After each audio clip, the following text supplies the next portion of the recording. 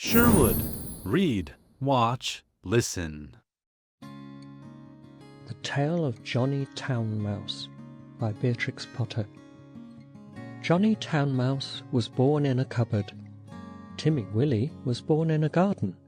Timmy Willie was a little country mouse who went to town by mistake in a hamper. The gardener sent vegetables to town once a week by carrier. He packed them in a big hamper. The gardener left the hamper by the garden gate so that the carrier could pick it up when he passed. Timmy Willie crept in through a hole in the wickerwork, and after eating some peas, Timmy Willie fell fast asleep. He awoke in a fright while the hamper was being lifted into the carrier's cart. Then there was a jolting and a clattering of horses' feet. Other packages were thrown in. For miles and miles, jolt, jolt, jolt, and Timmy Willie trembled amongst the jumbled-up vegetables. At last the cart stopped at a house, where the hamper was taken out, carried in, and set down. The cook gave the carrier sixpence. The back door banged, and the cart rumbled away. But there was no quiet.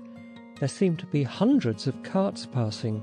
Dogs barked, boys whistled in the street, the cook laughed, the parlour-maid ran up and down stairs, and a canary sang like a steam engine. Timmy Willie, who had lived all his life in a garden, was almost frightened to death. Presently the cook opened the hamper and began to unpack the vegetables. Out sprang the terrified Timmy Willie. Up jumped the cook on a chair, exclaiming, "A mouse! A mouse! Call the cat! Fetch me the poker, Sarah!" Timmy Willie did not wait for Sarah with the poker. He rushed along the skirting board till he came to a little hole, and in he popped. He dropped half a foot and crashed into the middle of a mouse dinner party, breaking 3 glasses. "Who in the world is this?" inquired Johnny Town Mouse. But after the first exclamation of surprise, he instantly recovered his manners. With the utmost politeness, he introduced Timmy Willie to 9 other mice, all with long tails and white neckties. Timmy Willie's own tail was insignificant. Johnny Town Mouse and his friends noticed it, but they were too well bred to make personal remarks. Only one of them asked Timmy Willie if he had ever been in a trap. The dinner was of 8 courses, not much of anything, but truly elegant. All the dishes were unknown to Timmy Willie, who would have been a little afraid of tasting them, only he was very hungry and very anxious to behave with company manners. The continual noise upstairs made him so nervous that he dropped a plate. "Never mind, they don't belong to us," said Johnny. "Why don't those youngsters come back with the dessert?" It should be explained that 2 young mice, who were waiting on the others, went skirmishing upstairs to the kitchen between courses. Several times they had come tumbling in, squeaking and laughing. Timmy Willie learnt with horror that they were being chased by the cat. His appetite failed. He felt faint. "Try some jelly," said Johnny Town Mouse. "No? Would you rather go to bed? I will show you a most comfortable sofa pillow." The sofa pillow had a hole in it. Johnny Town Mouse quite honestly recommended it as the best bed, kept exclusively for visitors, but the sofa smelt of cat. Timmy Willie preferred to spend a miserable night under the fender. It was just the same the next day. An excellent breakfast was provided for mice accustomed to eat bacon, but Timmy Willie had been reared on roots and salad. Johnny Town Mouse and his friends racketed about under the floors and came boldly out all over the house in the evening. One particularly loud crash had been caused by Sarah tumbling downstairs with the tea tray. There were crumbs and sugar and smears of jam to be collected, in spite of the cat. Timmy Willie longed to be at home in his peaceful nest in a sunny bank. The food disagreed with him. The noise prevented him from sleeping. In a few days he grew so thin that Johnny Town Mouse noticed it and questioned him. He listened to Timmy Willie's story and inquired about the garden. "It sounds rather a dull place. What do you do when it rains?" "When it rains, I sit in my little sandy barrow and shell corn and seeds from my autumn store. I peep out at the throstles and blackbirds on the lawn and my friend Cock Robin, and when the sun comes out again, you should see my garden and the flowers, roses and pinks and pansies, no noise except the birds and bees and the lambs in the meadows."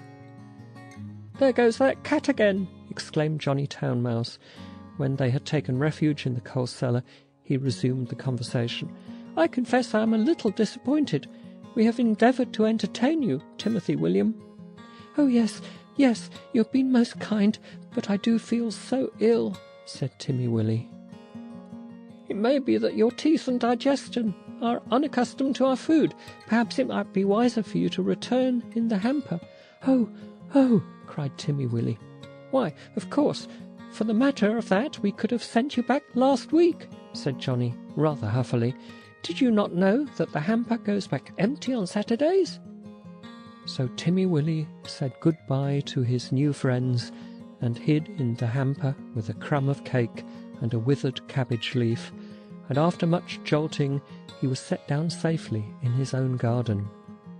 Sometimes on Saturdays he went to look at the hamper lying by the gate, but he knew better than to get in again, and nobody got out, though Johnny Town Mouse had half promised a visit.